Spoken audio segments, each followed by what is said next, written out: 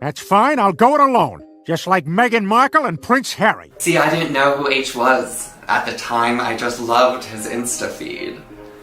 Babe, time to do our daily $250,000 sponsored Instagram post for Del Taco. I feel like the focus is starting to shift off of me. Maybe in editing you'll fix it. What the fuck is going on with Harry? Your millions from Netflix for no one knows what. Put it with the rest of them. He's right. Trying to make ourselves into a brand just turned us into products. We don't need to be a brand, do we? So I'm curious, what do you guys think about Brexit? You think we care? I didn't know I had to curtsy. To me, we were just meeting his super old, kind of weird Mima, who always wore this diamond-encrusted hat. Popular animated series South Park could face legal action following last week's episode attacking a royal couple. Prince Harry and wife Meghan's lawyers are closely watching the show after the pair were targeted by the satirical cartoon in an episode called Worldwide Privacy. Prince Harry threatens to sue South Park over a brutal new parody, and the royal drama just leapt from palace gossip to cartoon courtroom thriller in a single heartbeat. The moment whispers of an episode nicknamed the Worldwide Pregnancy Tour leaked online, talk of legal teams, gag orders, and reputations on the ropes exploded across the internet, leaving fans and critics bracing for a collision that could change how the Sussexes are seen forever. For anyone who thought the Sussex privacy saga had cooled, the memory of last year's Worldwide Privacy Tour is still fresh. That 22-minute roast reduced lofty royal branding to a carnival float, complete with banging drums and cardboard crowns. Overnight, clips of animated Harry and Meghan chanting, "We want our privacy," while waving banners became viral shorthand for public fatigue. True, sir, that your questionable wife has her own TV show and hangs out with celebrities and does fashion magazines? What are you suggesting? Well, I just think some people might say that your Instagram-loving wife actually doesn't want her privacy. How dare you, sir! My Instagram-loving wife has always wanted her privacy! And you know what else? To hell with Canada! We are leaving! We want privacy! We want privacy! We want privacy! Prince Harry and wife Meghan Markle, they've just learned the hardest of lessons, which is, if you start a brawl, do not be surprised if you end up getting punched twice as hard. In fact, South Park has just knocked them out. Harry last year wrote a book called Spare, which smashed his brother, his father, his mother-in-law, his sister-in-law, the media, and many, many others in one giant whinge. Viewers laughed, tabloids howled, and Buckingham's comms office reportedly issued more statements in 48 hours than during an average state visit. Now, the stakes are higher, because if rumors are accurate, South Park has shifted its sights from privacy to pregnancy. Leaked fragments hint at a globe-trotting baby bump spectacle. Late-night interviews, live-stream ultrasound reveals, even a pay-per-view womb cam. Satire? Yes, but sharp enough to draw blood. Fan forums claim animators have already sketched a ginger prince wobbling through a dance routine beside a bejeweled wife whose every spin sends paparazzi flashes ricocheting. Nothing has aired, yet outrage is already trending. That pushback, according to multiple entertainment reporters, arrived before the first frame left the studio. Rumors suggest Harry's advisors flagged the unborn child angle as crossing a moral line, especially given Meghan's past comments about miscarriage and mental health. Word spread that top London barristers were quietly reviewing South Park's historic episodes, charting any precedent for defamation or emotional distress. Their challenge? Satire is notoriously hard to sue, and Parker and Stone have turned every cease and desist they've received into fresh punchlines. Yet Harry believes this time is different, friends say. In his view, parodying an adult is one thing. Lampooning a baby still in utero feels cruel. Loyalists argue it cheapens genuine trauma and stigmatizes pregnancy loss. Critics counter that the couple monetized every milestone from wedding to memoir, so maybe caricature is fair game. Meanwhile, South Park's writers remain silent. Their non-response fanning speculation that the finished episode is even edgier than leaks suggest. Public reaction proves how deep the divide runs. On Reddit, a trending meme shows an animated carriage labeled PR disaster, barreling downhill while Harry scrambles to grab the reins. Twitter threads cheer the idea that Satire is finally puncturing what one user called the Sussex victim brand balloon. Conversely, supporters label the rumored plot vile, with journalists noting Meghan's historic struggle against online abuse. The louder the argument grows, the more eyes swivel toward Comedy Central's schedule, waiting for an air date that could drop without warning. Timing is a brutal co-conspirator here. The Sussexes' media empire already looks shaky. Their Spotify deal collapsed after executives complained the duo didn't deliver content.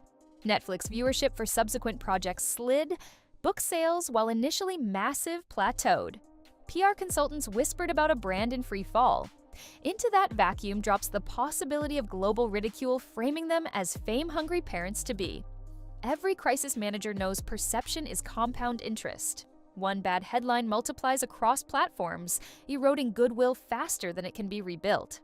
Legal scholars doubt a courtroom victory is likely, but that may be irrelevant. Even filing suit could be catastrophic. South Park's creators relish counterpunches. Any hint of censorship invites encore sketches, merchandise, and an avalanche of commentary. Think of the Trapped in the Closet fiasco.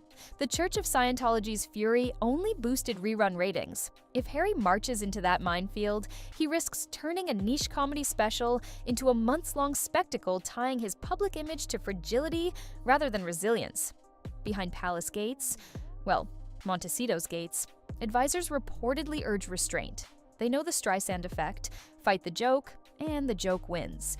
But silence carries its own price. Absorbing a parody about profiting off pregnancy could harden existing skepticism toward the couple's philanthropic claims. Donors might hesitate, streaming partners might balk at fresh projects. The Sussexes, once architects of their narrative, may find the story slipping from their hands.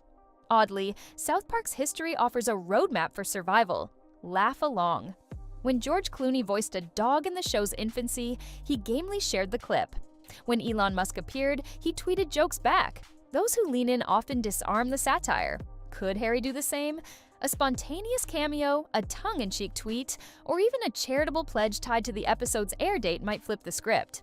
Yet pride and concern for family privacy could keep that door firmly shut. While legal drums beat, one crucial voice remains unheard: Meghan's. In past interviews, she described South Park's portrayal as not something I watched. Insiders insist she's torn, furious at the intrusion, yet wary of igniting fresh fire.